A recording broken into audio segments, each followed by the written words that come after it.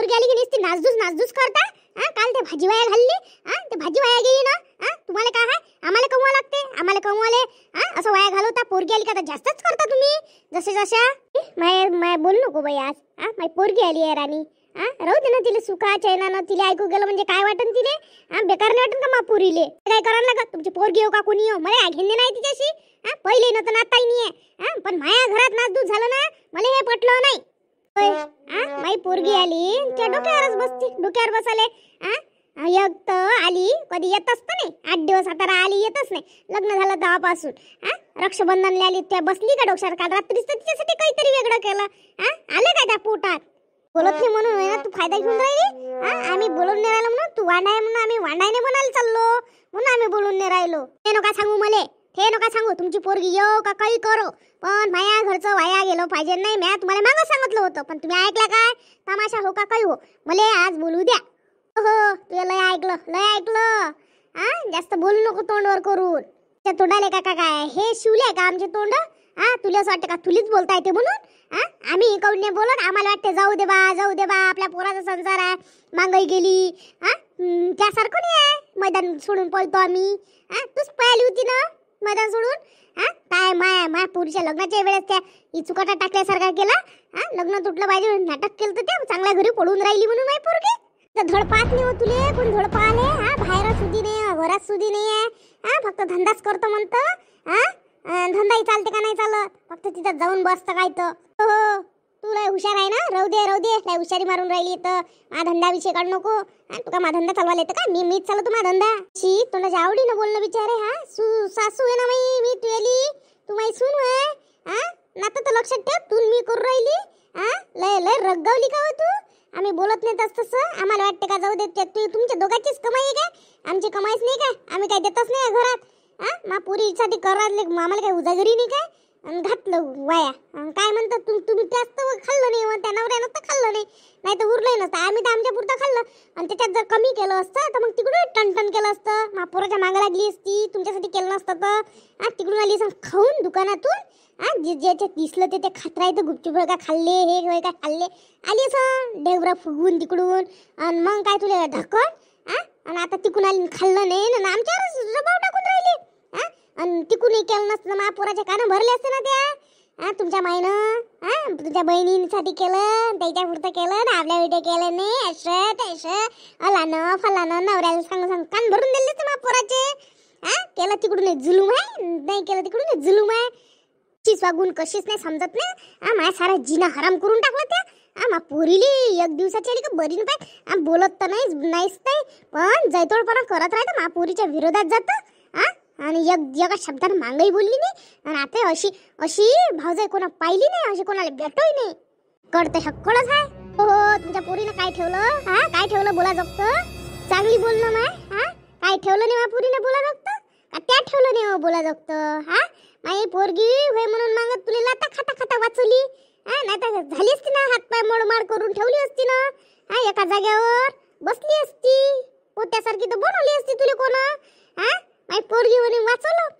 ते तर नाही पोरीसोबत बोलणं तर नाही मायवाले. एका शब्दानं तिनं एवढं याच्यातून वाचवलं तर एका शब्दानं नाव तर नाही घेतलं पण तिच्यावर भांडणाला उठली तू. हो तुमची पोरगी ना लय कर्तव्यवान आहे ना. लय कर्तव्य दक्ष आहे ना. हो आहे ना म्हणूनच तुला आणलं. नाही तर माझ्या पोरग आणतच नव्हतं तुले. माया जवाई होय आणि माई पोरगी म्हणून ह्या घरात आहे तू. तुला काय वाटू राहिलं. तुला सोडून राहिलं का मानवऱ्यानं आणलं. आम्ही म्हटलं बाबू जाय तवा घाला म्हटलं तो. नाही तर राहिली असती ना मायच्या घरी. मग गेली असती ना तिकडे कामाले.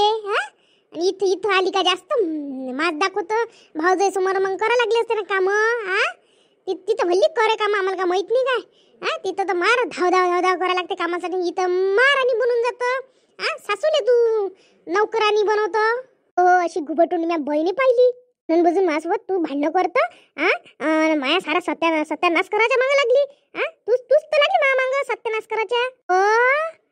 आम्ही लागलो का त्या मागं सत्यानाश करायच्या. तूच तर लागली होती मा पुरीच्या याच्यावर ग्रह बनल्यासारखी. नजर ठेवून होती ना. सत्यानाश करायला लागली होती ना. आम्ही नाही तुझ्या कधी सत्यानाश सोसला. त्याच सोसला मा पुरीचा नामचा सत्यानाश करायचं. काय बाई वहिनी भांडण करते. काहूनच केलं माझ्या भांडणीनं. आवाजही येऊन राहिला. कसं बोला. मी तर कशीच बोलत नाही त्याच्यासोबत. बोल नको बरं आई, बोल नको. हो बाई, आपण उगं रव रव रव रव हे डोक्षार नाचून राहिली. सासू असून पान उतारा केला म्हटलं. पान उतारा करायले. आणि जिथं तिथं सत्यानाश केला ना या घुबटतोंडीच्या सारा सत्यानाश आहे घराचा. ते तुम्ही वर आली उद्या चालून झोडपून मले म्हणजे काय तिच्या हातची काय झोडपे खाऊ काय? तुम्हाला किती काही चुप करायला लावशील तर राहत नाही. आजपर्यंत मी त्या इकडेच पवरून मी चुप राहिली. हे डोक्षार नाचून राहिली म्हटलं राणीबाई. वहिनी बोल नका, मी तुमच्या पाया लागतो. भावात वाढू नका. हो हो, तू तर खरी भानगुडी आहे व. तू आली म्हणून माझ्या घरात भांडण झालं. त्या मायनं म्हणून भांडणाचा कोंब काढला. तूच तर माझ्या घरातलं ग्रहण आहे. ग्रहण असाले मा पुरीले कायले म्हणून राहिली घुबटतोंडे. मा पुरीले ग्रहण म्हणून राहिली. पहिले कोण बोललं व? तूच बोलली. त्या पोटातच खुदखुद करते माझी पोरगी इथं आली का? मी भांडू नका ना. मी काहीच नाही केलं. आईसोबत भांडत नका. हो जा त्या घरी दाखवत जा शानपणा. इथं नको दाखवत जाऊ. त्याच्या सासू सोबत भांडत असशील आणि चालली मला इथं वर तोंड करून म्हणाले काय गुग्या रा शारा ज्या नाही का आम्ही नाही बोलत आमच्या सासूले. आमच्या सासू एका शब्दाने बोलत नाही. किती प्रेमानं राहतो आम्ही आमच्या घरी. तुमच्यासारखं आहे काय? तुम्ही तर निस्त्या भांडाले उठता. एवढं बोलता येते का आमच्या घरी?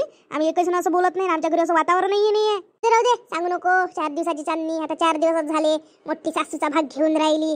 सांग मग लग्न झाल्याला लय दिवस झाले म्हणजे असे कसे ते सासू बोलत नाही. तू किती सासूले बोलत नाहीत मला सांग मग. हो माय पोरगी घेतेच सांभाळून. ते सासू बोलून कशी त्यासारखी आहे का? सारखी बिनडोक बैस बोलते. बिनकामाची माई पोरगी बोलत नाही. पहिले बोलली नाही आताही बोलत नाही. तवा सासूच्या इथं टिकते चांगलं राहते. हो पाहतो ना किती दिवस तुमच्या पोरीचं पट्टेन किती दिवस नाही आहेच गावात. सांगणाऱ्या बाया का किती सासू सोबत पट्टेन किती दिवस नाही. तर आता काय झाले 2-4 महिने लग्नाले नाही झाले तर मोठी मला ज्ञान गुण शिकवायला चालली इथे. भांडत राहते आम्ही येत नाही. आज म्हटलं 10 दिवस आहे तरी आईच्या घरून रडूनच जा लागते. कधी आनंदानं नाही. वहिनी एका शब्दानं बोलत नाही काही नाही. अशी भांडायचंच बोलते नुसतं. रडू नको बाई, रडू नको. उदासा लढतेच बाई. त्या डोळ्यात पाणी आलं तर माझ्या डोळ्यात येईन बाई पाणी. लढू नको राणी, लढू नको. अशी लढून जाऊ नको माघारून. आता येणार नव्हती मायवाली जाऊ येऊन तर गेली. मला असं वाटलं का जाऊ बाई आपल्या आईच्या इथं. पण मला माहित नव्हतं का आज तमाशा करते म्हणून. जेव्हा तेव्हा आला का तमाशा मस्त वहिनी. तुम्ही तुमच्या मायच्या घरी गेल्यावर तुझ्या भाऊजीनं असं तमाशा केला. तुम्हाला चांगलं वाटतं का? मी राखील एका दिवसापुरती आलती. आजच्या दिवस राहणार निघाली असती. आता झालंच होतं. आता काय 4-5 वाजता चिंटूजी आले असते मी चालली गेली असती. मग यायचं नव्हतं तर काय? इथे आले तर मरमर करतात. कोणाला म्हणून राहिली मरमर? माई पोरगीने करत म्हटलं. त्या घरी हायच खाय व तिच्याच घरी जे नाही ते हाय. पण असं आहे भाऊ हाय माय हाय म्हणून लेकराचं मन होते. पण तू घरात आली का लढवतो ना इथं मा पोरीले लढून पाठवतं. लढून पाठवाले आमची आई भाऊजे तुले तशाच कराले. तुले पाई आई जातो मी जातो. बाई हिच्या मॅळकडे लक्ष नको देऊ. मी बोलत नाही या मॅट सोबत. तू फक्त जाऊ नको. अधिक जवळ बोली होऊ दे. रात्री चालली जाऊ दे. चाल आपण तिकडल्या खोलीत जाऊ. या भांबट तोंडीले करू दे काय करते तर आपण उगमुग राहू. तुम्ही मोठ्या सुद्या हाय. जा थांब म्हटलं. तुझं तोंड उगच नाही राहत. पुरीचे लढून पाठवल्याशिवाय तुझं छातीत थंडी नाही होत.